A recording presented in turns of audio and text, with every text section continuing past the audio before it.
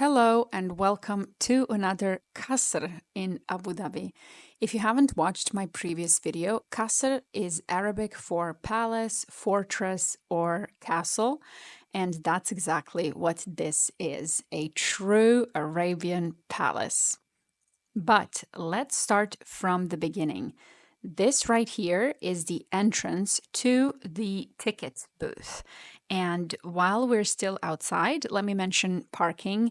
This is a huge venue, and yes, there's plenty of parking space. It's outside, there's some spots that are shaded, there's people of determination ones as well, but in general, no need to worry about that. Once inside, you'll queue to purchase a ticket and go through a security check, similar to those at airports. Obviously, couldn't film that part. There's also an online ticket shop, but we were unsure if we would make it before closing, so we had to queue up and buy a physical ticket. Now, this is important. Why do you want to go right before closing? Well, because that's when the light show takes place. You could specifically buy a ticket for that and skip the palace tour. However, the Palace in Motion show is already included in the palace ticket. You simply sit and watch it after you exit the palace.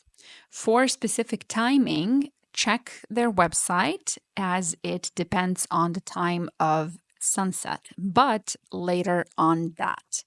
After you've purchased your ticket and passed through security, there will be a bus waiting.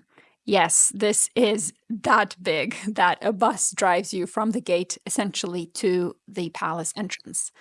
As can be seen here, it's your typical tourist bus, and they just rotate all the time, taking visitors back and forth. By the way, and this is the case with other Arab palaces I've seen around the UAE, as you approach them, you think, oh, what a lovely little castle. And then as you get closer, you realize that that was just a gate. So gates also have something that resembles a palace.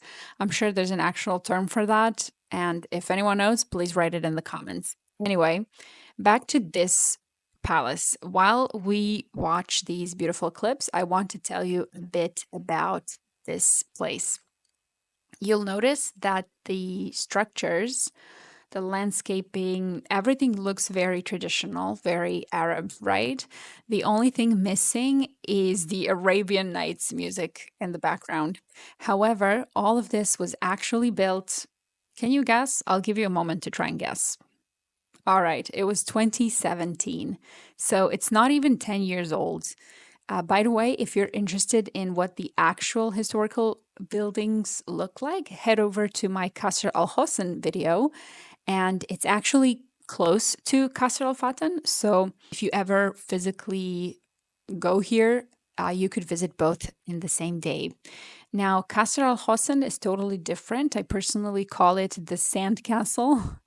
And although there are some elements of that here, this is a whole new level. So it was built in 2017 and opened to the public in 2019. It's also known as the Presidential Palace, not because the president lives here, but rather because it's used to receive and host foreign leaders and also for meetings of the UAE's Supreme Council and federal cabinet.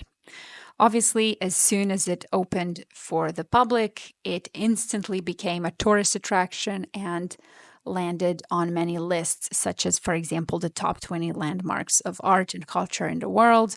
And it was also nominated for the World Travel Awards as the main cultural tourist attraction in the Middle East. On the outside, the facade is constructed using white granite and limestone, mainly to reflect off the heat. And now, as we watch the inside, you'll notice patterns of different geometric shapes as well as floral decorations.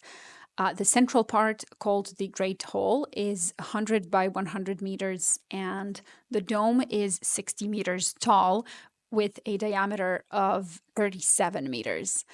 But other than the Great Hall, there's other areas and rooms where meetings and state banquets are hosted. And then you will see some exhibitions, art installations, a library, a dining room, and then at the end, a gift shop. I tried to capture everything, but video doesn't do it justice. I truly recommend you visit this place yourself.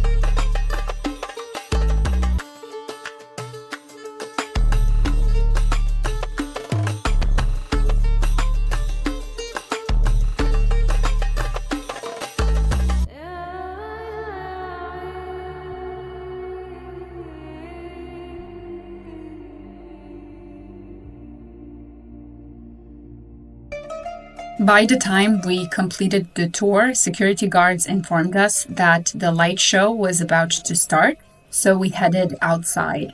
There was still some 20-ish minutes left, so we got to witness what it all looked like at nighttime. Just magical.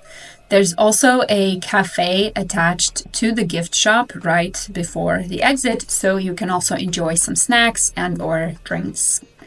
The Palace in Motion show lasts about 15 minutes and has its own music, so I will just leave the raw video here. However, I didn't film the whole thing because my arms hurt, but it's lovely. They project not only the visual effects onto the palace, but also kind of the journey of the UAE as a country. So yes, in conclusion, it's 100% worth it. I hope I convinced you of that and that you found this video informative and useful, and I'll see you in the next one. Bye. Is a nation without a present or a future. Thanks to God, our nation has a flourishing civilization deep-rooted in this land for many centuries. These roots will always flourish and bloom in the glorious presence of our nation and its anticipated future. Sheikh Zayed bin Sultan Al Nahyan. Come and join us as we watch the story of the UAE unfold on the facade of the palace with this magnificent projection, light and show Palace in Motion. It is a story told in 3 acts. The show draws a link between the aspirations of Qasr al-Watan and the vision of the nation, reflecting on the UAE's journey of the past, present, and future.